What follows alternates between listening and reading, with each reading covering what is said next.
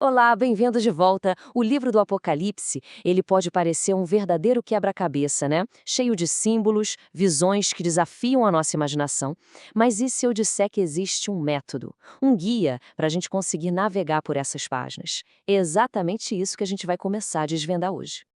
Pois é, estamos dando sequência à nossa jornada pelo Apocalipse e hoje o nosso foco vai ser nas ferramentas, nos métodos que os estudiosos usam para conseguir interpretar esse texto que é tão fascinante e, vamos ser sinceros, às vezes um pouco intimidador.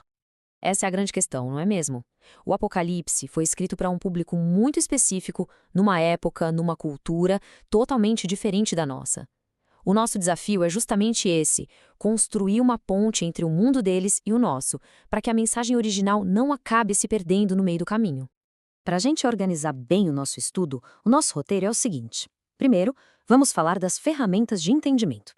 Depois, vamos conhecer as 4 grandes chaves de interpretação e dar um foco especial no método historicista. E, por fim, vamos fechar com o princípio mais importante de todos: deixar o próprio texto ser o nosso guia. Ok, antes de escolher um caminho de interpretação, a gente precisa ter as ferramentas certas na mão. Interpretar a Bíblia não é um jogo de adivinhação, sabe? É uma disciplina, quase uma ciência, com princípios e métodos que nos ajudam a chegar mais perto do significado original do que foi escrito. A principal ferramenta tem um nome que pode parecer complicado: hermenêutica. Mas a ideia é simples. Pense nela como a arte e a ciência de construir pontes. É ela que nos ajuda a entender o que um texto antigo queria dizer lá no seu contexto original, para só então a gente descobrir de forma responsável o que ele significa para nós hoje. E aqui está o ponto central de tudo isso. O objetivo não é a gente forçar as nossas ideias para dentro do texto. É exatamente o contrário. Uma boa interpretação busca extrair o significado que já está ali, permitindo que a mensagem original do autor brilhe, sem a interferência das nossas opiniões ou achismos. Na prática, isso acontece em 2 passos, num processo chamado exegese. Primeiro, e essa é a parte mais importante, a gente se pergunta o que João queria dizer para aquelas 7 igrejas da Ásia, lá no primeiro século.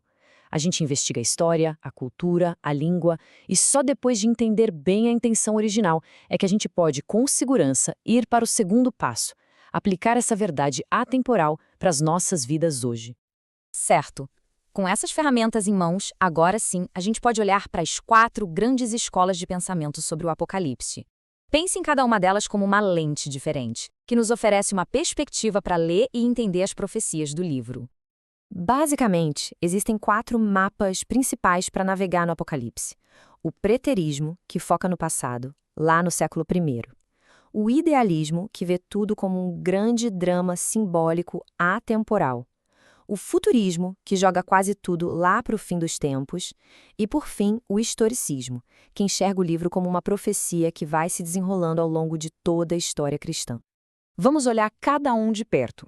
O preterismo é interessante porque ele ancora o livro firmemente na história, como uma mensagem de esperança para os cristãos que sofriam debaixo do Império Romano. A crítica principal a essa visão, no entanto, é que ela meio que limita a relevância profética do livro só para aquela época, sabe? Fica a dúvida se ele ainda fala de eventos futuros. Já o idealismo nos atrai por sua aplicação universal. Ele enxerga os símbolos do Apocalipse como representações daquela luta constante entre o bem e o mal, algo que se aplica a qualquer pessoa em qualquer tempo.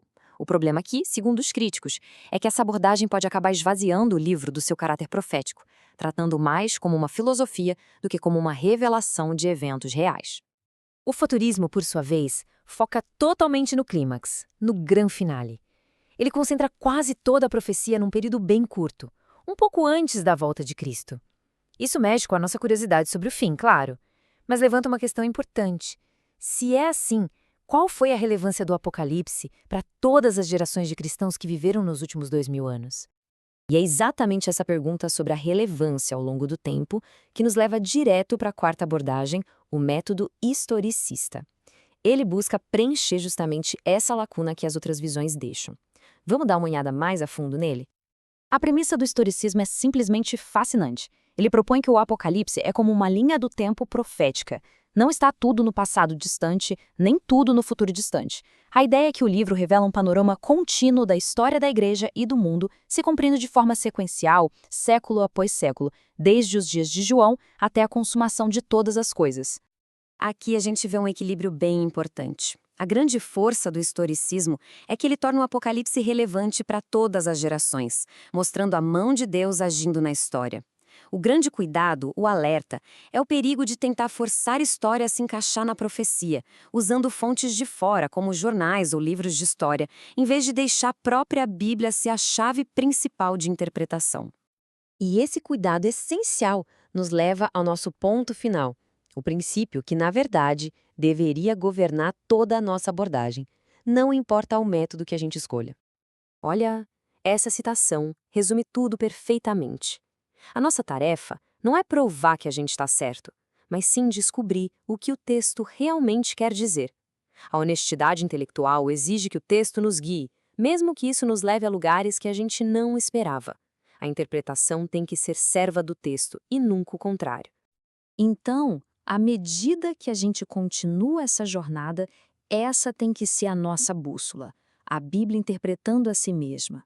Quando a gente encontrar um símbolo ou uma passagem difícil no Apocalipse, o nosso primeiro recurso tem que ser o resto das Escrituras.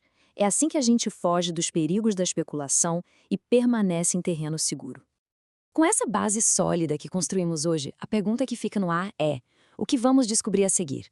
Equipados com as ferramentas certas e o princípio correto, estamos mais preparados para deixar que o próprio Apocalipse fale conosco. E a nossa série vai continuar. No nosso próximo encontro, o tema será exatamente este: como interpretar o livro do Apocalipse. Fica o convite. Até lá!